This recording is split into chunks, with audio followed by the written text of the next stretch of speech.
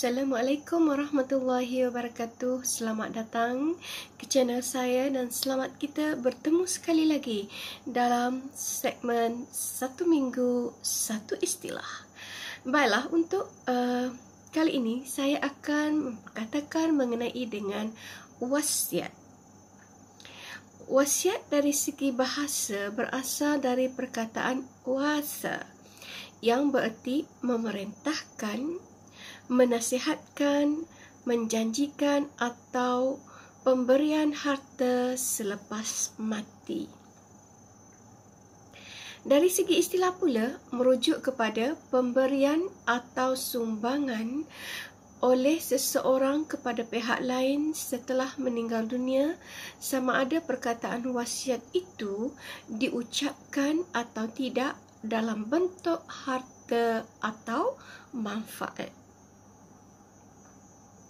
Wasiat sebenarnya adalah ikrar atau pengakuan seseorang untuk menyempurnakan pengagihan harta selepas kematian kepada bukan sahaja waris dan ahli waris yang terlindung daripada menerima harta pusaka.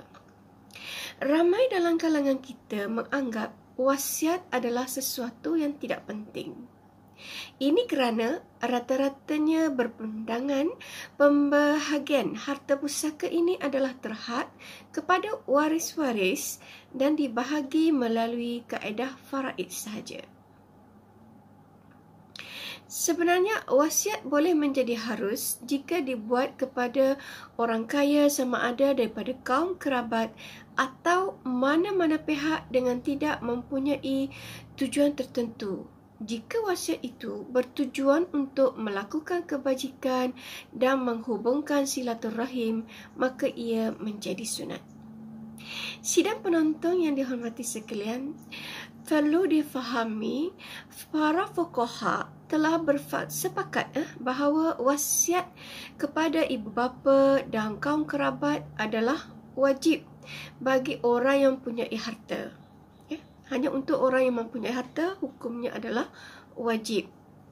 Ia berdasarkan firman Allah SWT yang bermaksud, kamu diwajibkan apabila seseorang daripada kamu hampir mati, jika ia ada meninggalkan harta, hendaklah dia membuat wasiat untuk ibu bapa dan kaum kerabat dengan cara yang baik, yakni mengikut peraturan agama sebagai satu kewajipan atas orang-orang yang bertakwa. Surah Al-Baqarah ayat 180. Nabi Muhammad sallallahu alaihi wasallam juga ada bersabda yang bermaksud, tidak seharusnya bagi seseorang yang mempunyai harta untuk diwasiatkan itu tidur lebih dari 2 malam, melainkan wasiatnya sudah tertulis di sisinya. Hadis riwayat Bukhari. Hadis ini memberi perhatian kepada kita yang memiliki harta dan hak-hak yang menjadi beban ke atas kita seperti hutang dan seumpamanya agar segera menulis wasiat.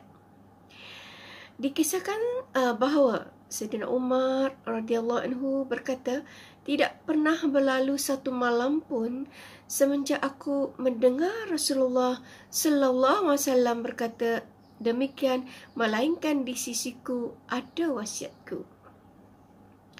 Bagaimana cara untuk menguruskan wasiat? Yang pertama kita tidak boleh mengambil sikap ringan terhadap perancangan harta ketika masih hidup dan tidak membuat apa-apa persediaan boleh mengakibatkan berlakunya perbalahan di kalangan keluarga pada masa hadapan dan akan merugikan diri kita sendiri. Kadar harta yang boleh diwasiatkan adalah sebanyak 1/3 yang masih belum diselesaikan, manakala 2/3 adalah harta pewasiat adalah merupakan hak ahli waris untuk dibahagikan secara faraid.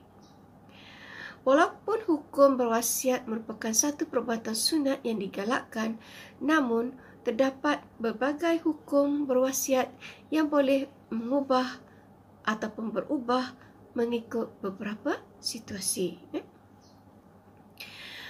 Dan terdapat juga di kalangan masyarakat yang salah faham terhadap wasiat ini.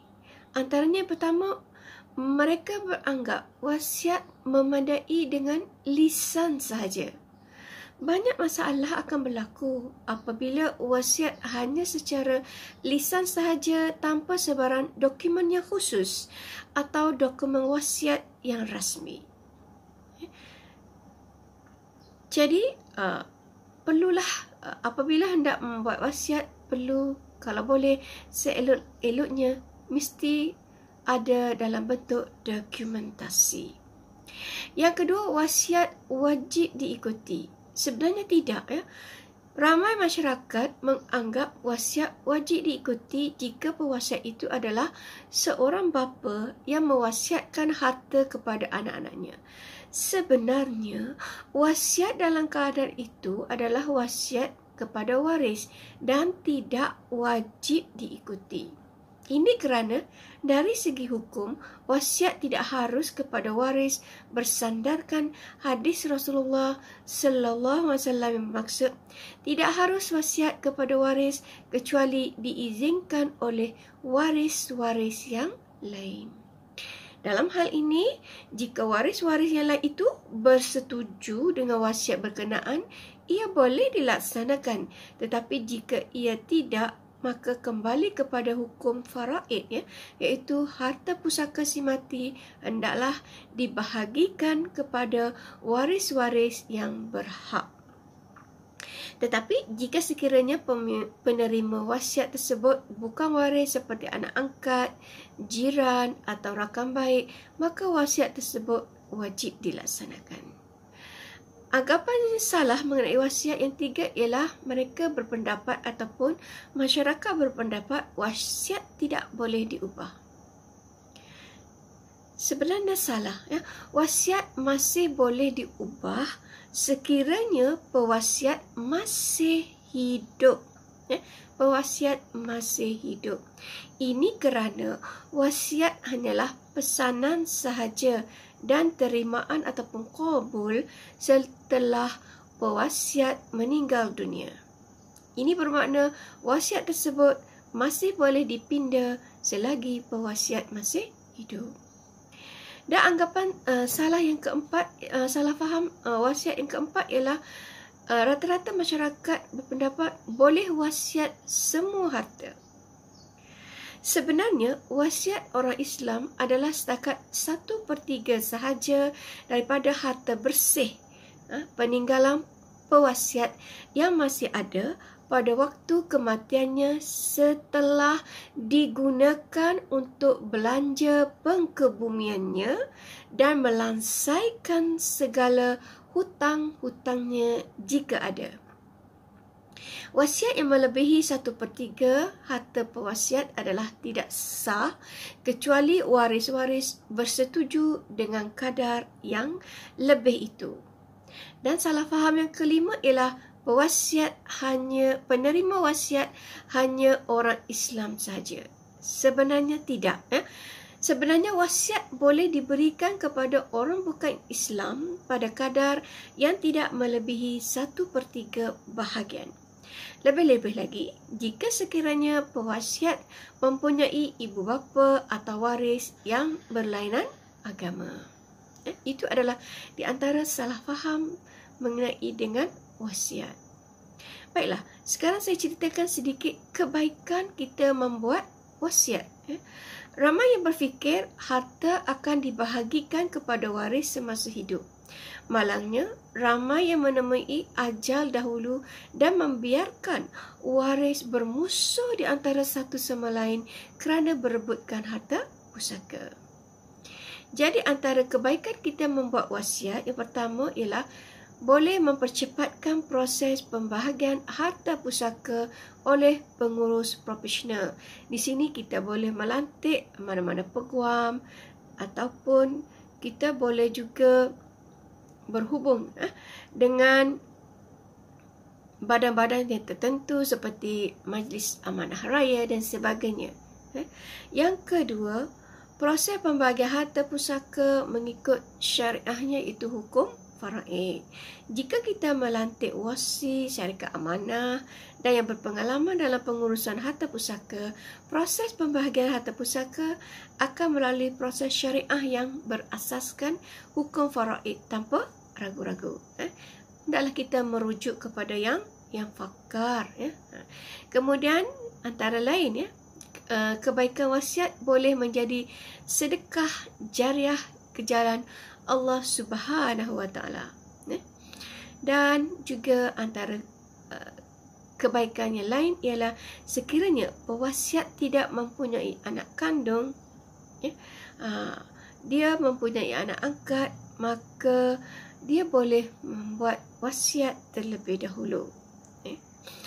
Dan wasiat juga boleh menjadi sedekah harta kepada orang-orang yang tersayang yang bukan terdiri daripada waris-waris. Contohnya ada sahabat-sahabat yang rapat ataupun jiran tetangga yang baik dan sebagainya.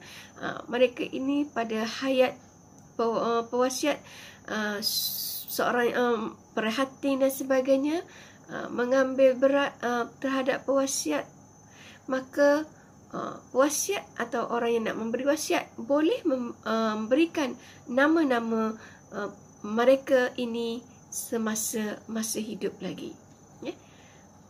Baiklah, itu adalah di antara perkongsian saya mengenai dengan wasiat. Semoga apa yang dikongsikan pada hari ini dapat memberi manfaat kepada kita semua, insya-Allah. Dan terima kasih kerana sudi menonton dan dari awal hingga ke akhir siaran ini. Sekian, wabillahi taufiq wa hidayah. Assalamualaikum warahmatullahi wabarakatuh. Jumpa lagi insya-Allah di lain siri dan episod seterusnya, insya-Allah.